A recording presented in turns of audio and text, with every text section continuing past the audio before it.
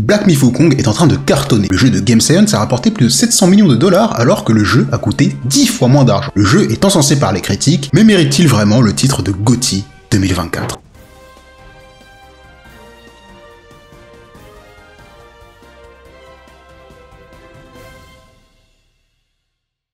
Salut à tous, ici Flawed, et aujourd'hui on se retrouve dans un nouveau concept, le Flawed Test, qui va être la section un peu jeux vidéo de la chaîne. Alors je suis pas un énorme gamer, j'ai pas le temps de faire énormément de jeux, mais dès qu'un jeu va sortir, qu'il m'aura hypé ou qu'il m'aura marqué positivement ou négativement, je pense que je ferai ce type de test vidéo parce que je trouve ça sympa et que c'est un exercice auquel je voulais m'essayer. Mais bref, Black Myth Wukong, qu'est-ce que ça vaut ?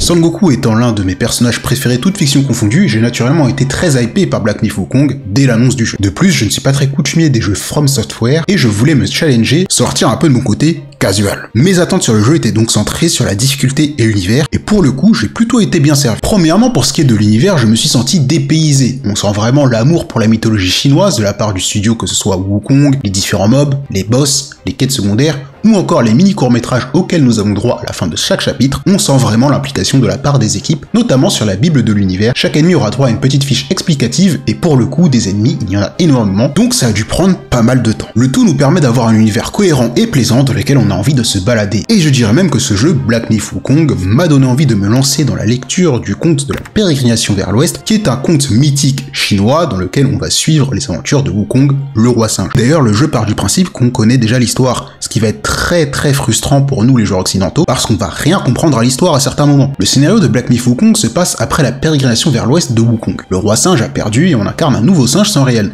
désigné comme étant le prédestiné qui va se lancer dans une quête plusieurs siècles plus tard. Cette quête consiste à obtenir 6 artefacts qui ont pour but de ramener l'esprit de Wukong. Le jeu est donc divisé en 6 chapitres, et vous l'aurez deviné, un artefact en fin de chapitre, une fois le boss de fin de chapitre vaincu. Et en parlant de boss, on peut parler de ce qu'il y a de plus important, à savoir le gameplay.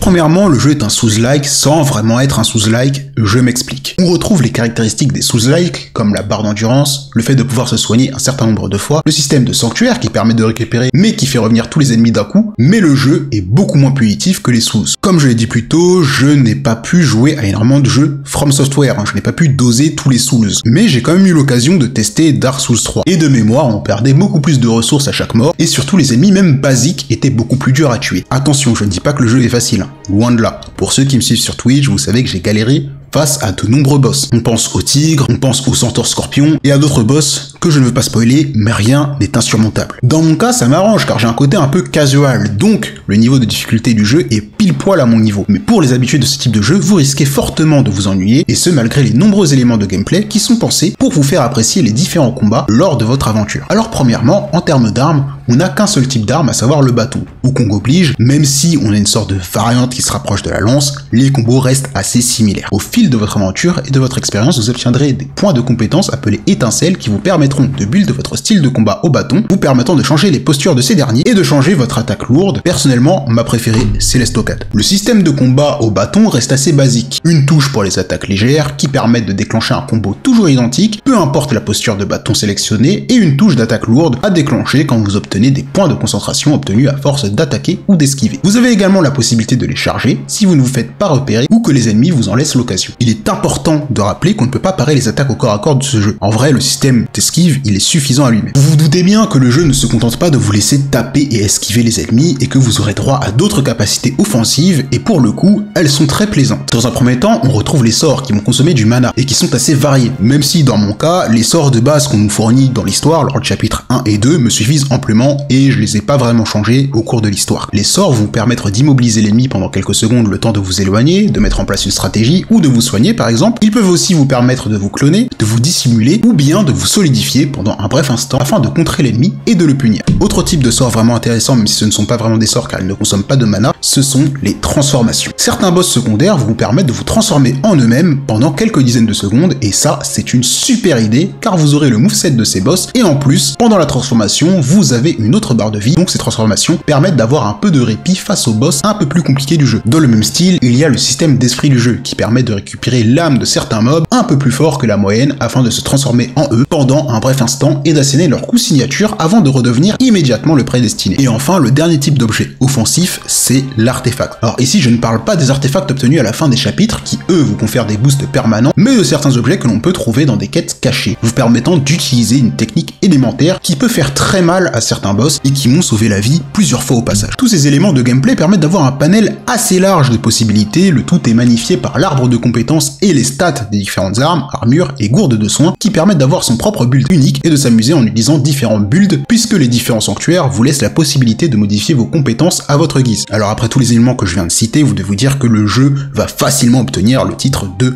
GOTY 2024, mais pour moi, pas forcément. En effet, le jeu possède pas mal de points négatifs qui peuvent compromettre sa victoire potentielle aux Games Awards.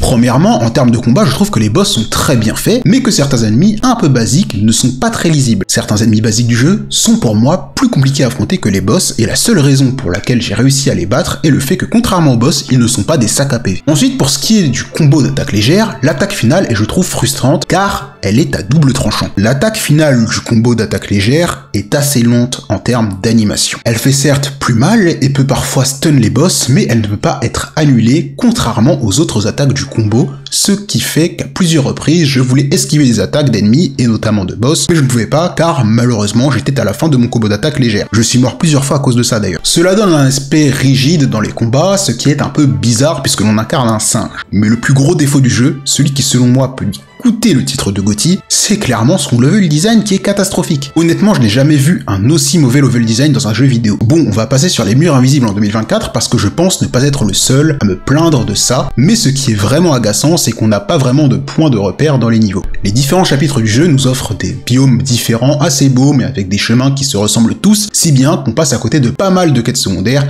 et même quand on arrive par hasard à activer une quête secondaire, l'objectif de la quête et les événements qui vont nous permettre d'avancer dans cette quête sont assez flous. J'ai été obligé d'utiliser YouTube pour faire la plupart des quêtes secondaires que j'ai fait lors de mon let's play sur Twitch. Et ça, c'est chiant. Et c'est dommage car certaines quêtes secondaires sont très intéressantes. Elles permettent d'étoffer l'univers autour de Wukong, d'affronter des boss qu'on ne croise pas dans la quête principale et d'obtenir des armes, des armures, des gourdes et des artefacts qui sont très utiles en jeu. Dans le chapitre 6, il y a même une interaction qu'on est obligé de faire si on veut avancer dans l'histoire et que je n'ai pas pu faire sans YouTube. Si je n'avais pas YouTube, si YouTube n'existait pas, j'aurais été bloqué au chapitre 6, non pas à cause d'un boss ou quoi, mais parce qu'il y a un truc qu'il faut faire pour déclencher une cinématique ou un boss, et je savais tout simplement pas qu'il fallait le faire comme ça. Rien ne te l'indique dans le jeu. De plus, les quêtes secondaires vous permettent d'obtenir des boss secrets à chaque chapitre, ce qui débloquera une fin secrète avec un boss secret à la fin du jeu, donc c'est vraiment dommage d'avoir un problème de level design à ce niveau-là, car la fin secrète a vraiment de la gueule pour le coup.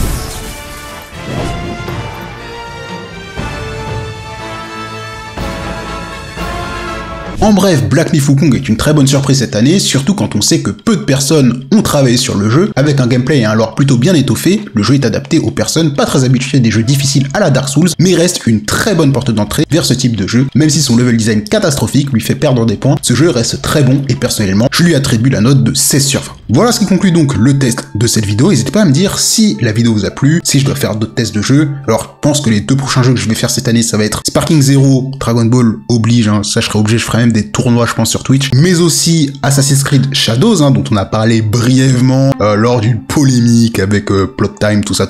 Si la vidéo vous a plu, n'hésitez pas à liker, partager, vous abonner, vous connaissez la chanson, à me suivre sur Twitch si vous voulez me voir parler de jeux vidéo, et moi je vous dis à la prochaine pour de prochaines vidéos. Allez, salut!